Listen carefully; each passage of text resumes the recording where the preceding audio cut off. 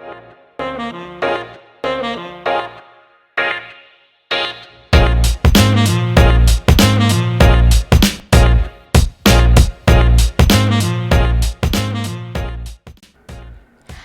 nama aku Putri. Nama aku Mutiara. Di sini kita bakal belajar tentang verb modes bareng-bareng. Di akhir pelajaran ini, kalian akan mampu mengidentifikasi dan menggunakan kelima verb modes dengan percaya diri dalam menulis dan berbicara. Mari kita mulai pembelajarannya. Verb modes adalah bentuk kata kerja yang menunjukkan sikap pembicara atau tujuan kalimat. Dalam bahasa Inggris, kita menggunakan mode yang berbeda, tergantung pada apakah kita menyatakan fakta, memberikan perintah, mengajukan pertanyaan, mengungkapkan kondisi, atau membayangkan situasi.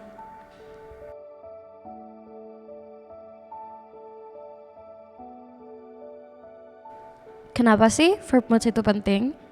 Verb modes membantu menyampaikan makna dan nada dengan jelas. Penggunaan yang tepat akan meningkatkan kemampuan komunikasi, terutama dalam menulis.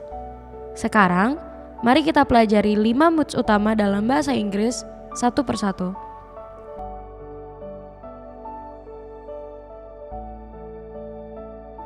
Ada 5 macam verb moods dalam bahasa Inggris. Yang pertama, ada indicative mood. Kedua, imperative mood. Ketiga, interrogative mood. Keempat, conditional mood. Dan yang kelima, subjunctive mood.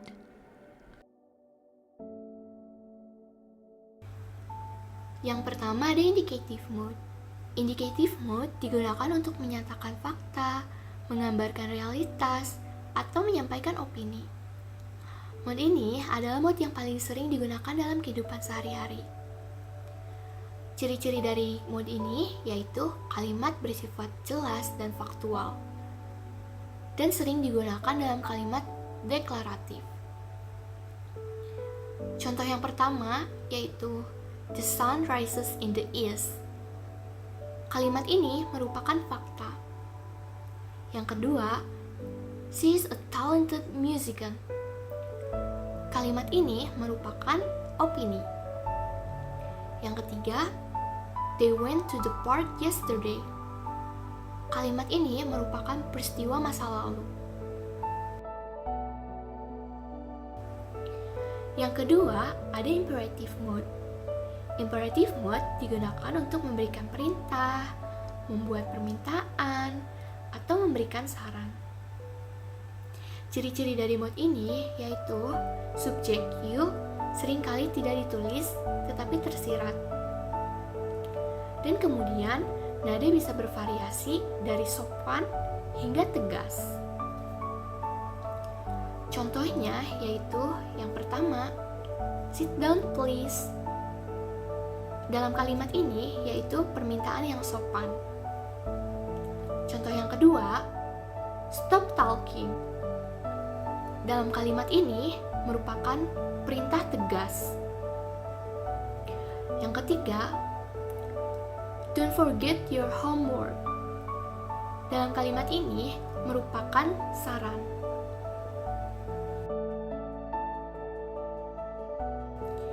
Kita lanjut ke yang nomor ketiga, yaitu interrogative mood.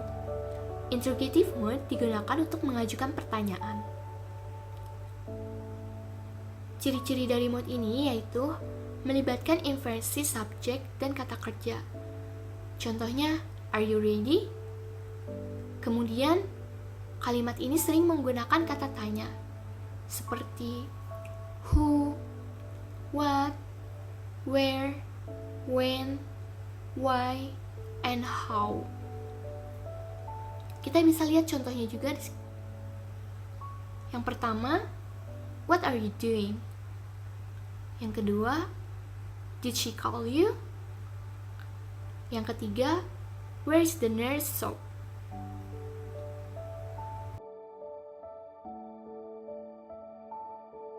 Nah, teman-teman, selanjutnya ada mood yang lebih kompleks, yaitu conditional mood. Conditional mood digunakan untuk menyatakan tindakan atau situasi yang bergantung pada kondisi tertentu.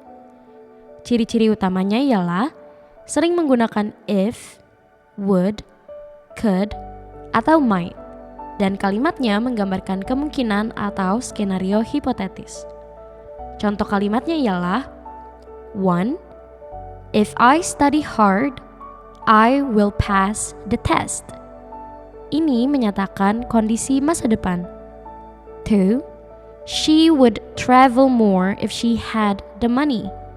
Ini menyatakan situasi hipotetis. 3.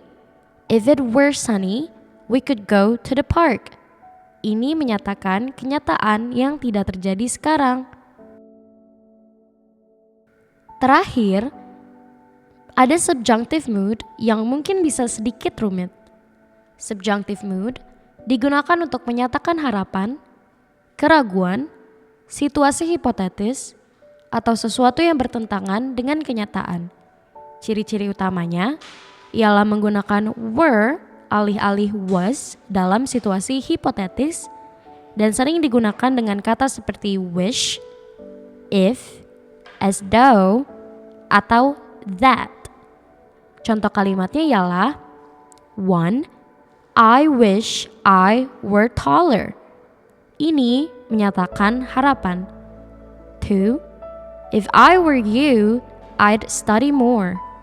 Ini menyatakan hipotetis. 3. It's important that she arrive on time. Ini menyatakan permintaan atau saran. Orang-orang sering salah menggunakan was daripada were dalam situasi hipotetis. Maka dari itu, diingat-ingat ya.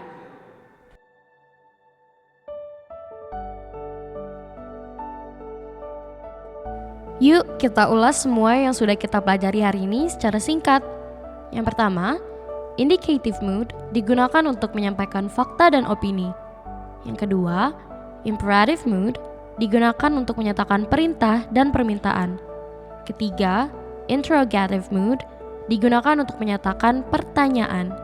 Yang keempat, conditional mood digunakan untuk menyatakan tindakan berdasarkan kondisi. Yang terakhir, subjunctive mood digunakan untuk menyampaikan harapan dan hipotetis. Jangan sampai lupa ya teman-teman.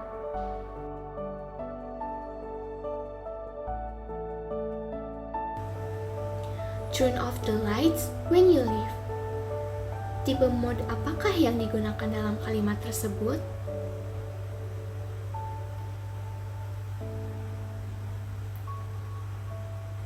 Ya, betul sekali, imperatif.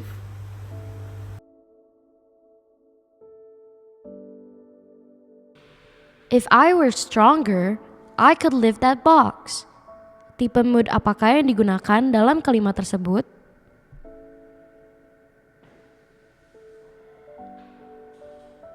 Betul sekali, subjunctive mood adalah jawabannya.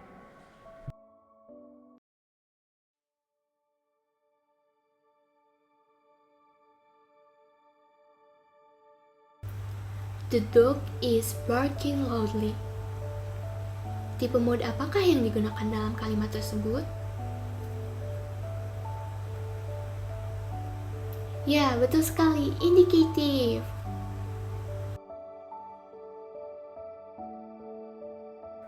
The cat is sleeping on the couch.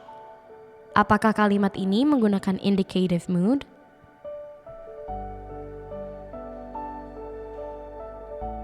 Betul sekali, jawabannya adalah yes.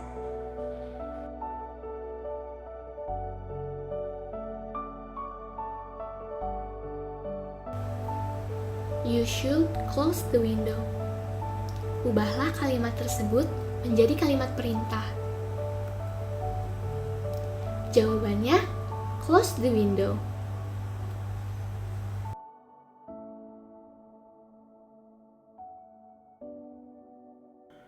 If I had £1,000,000, I would. Lengkapi kalimat tersebut dengan idemu sendiri.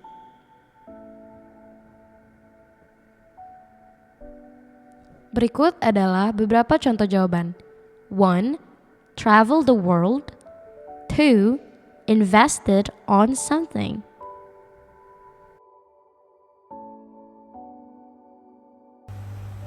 She wishes she was more confident. Perbaikilah kalimat tersebut. Jawabannya, she wishes she were more confident.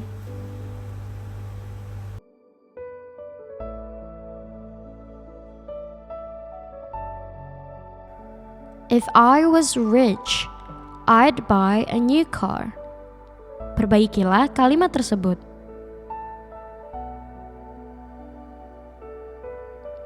Benar, jawabannya ialah if I were rich, I'd buy a new car.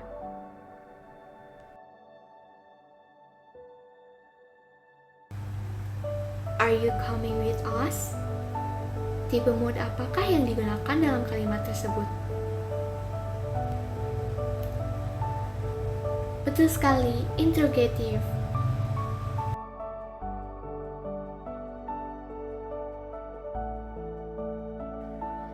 Blank, are you going? Lengkapilah kalimat tersebut.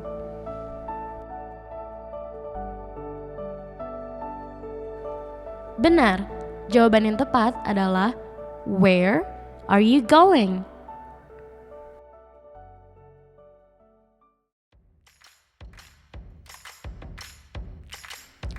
Wah, nggak kerasa ya teman-teman.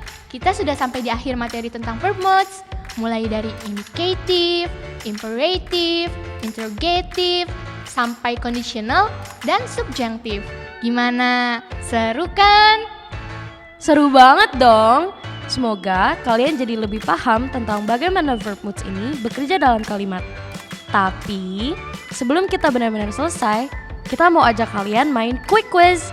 Yuk, cek seberapa banyak yang kalian ingat. Aturannya simple. Kami akan berikan contoh kalimat dan kalian coba tebak ini verb modes apa ya. Tulis jawaban kalian di kolom komentar. Oke, aku duluan kali ya. Dengerin baik-baik ya teman-teman. If it rains tomorrow, we will stay indoors. Nah, ini verb mode apa ya? Gampang kan? Sekarang giliran aku ya. Dengerin. Please turn off your phone during the meeting. Jawab di kolom komentar juga ya. Dan ini satu lagi. Did you finish your homework on time? Nah, coba kalian tulis jawabannya ya. Kita pengen tahu nih siapa yang bisa jawab semua dengan benar. Dan kalau kalian masih bingung atau ada pertanyaan tentang materi ini, langsung tulis di kolom komentar juga. Kita bakal bantu jawab satu persatu. Betul. Tapi gak cuma itu, kita juga punya challenge loh buat kalian. Yuk bikin kalimat kalian sendiri dengan salah satu verb moods yang sudah kita pelajari.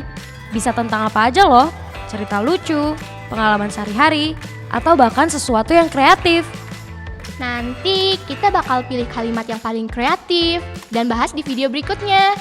Jadi pastikan kalimat kalian unik dan menarik ya.